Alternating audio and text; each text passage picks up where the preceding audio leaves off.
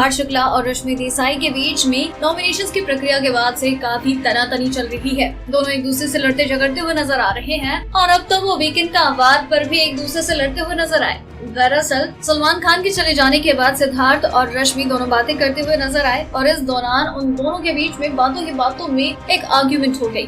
जी हाँ, उन दोनों का झगड़ा हो गया। इस दौरान ये अपने बीच के प्रॉब्लम्स को सॉल्व करने की कोशिश करते हैं, लेकिन प्रॉब्लम्स में इन दोनों के बीच में आर्ग्यूमेंट हो जाती है। दरअसल बात हो रही होती है उनके झगड़े को लेकर, जब औकात और हद की बात हो रही होती है तो रश्मि देसाई सिद्धार्थ शुक्ला की तरफ देखकर बातें नहीं करती हैं। तो शुक्ला कहते हैं कि जो अब आप कर रही वो ठीक है, तो रश्मि कहती है this is my way of talking. इसके बाद उनके बीच में बातें होती हैं कि आप मेरे पास बात करने के लिए नहीं आती। रश्मि कहती है कि जिस तरीके से आपने मुझसे बात की, जिन शब्दों का इस्तेमाल किया, उन सब चीजों से मैं काफी हर्ट हूँ और अभी भी हूँ। सिद्धार्थ शुक्ला कहते हैं तुम्हें पता है ना कि मेरा मतलब औकात से वो नहीं था। रश्मि कहती है आवाज में वजन होता है, औकात नहीं होती है। और इस तरह से उनके बीच की बातें काफी ज्यादा बढ़ जाती हैं। एंड देन किचन में जब रश्मि चाय बना रही होती है और सिद्धार्थ शुक्ला वहाँ मौजूद होते हैं, तभी उन दोनों के बीच में कन्वर्सेशन होती है और इस दौरान भी वो एक दूसरे से आर्ग्यूमेंट करते हुए नजर आते हैं। आर्ग्यूमेंट होती है कि रश्मि देसाई ये कहती हैं कि मैं सिद्धार्थ की तरफ से क्लियर नहीं हूँ कि उन्होंने मामला सॉर्ट आउट किया है कि नहीं किया है, क्योंकि मैं क्लियर नहीं हूँ उनकी तरफ से।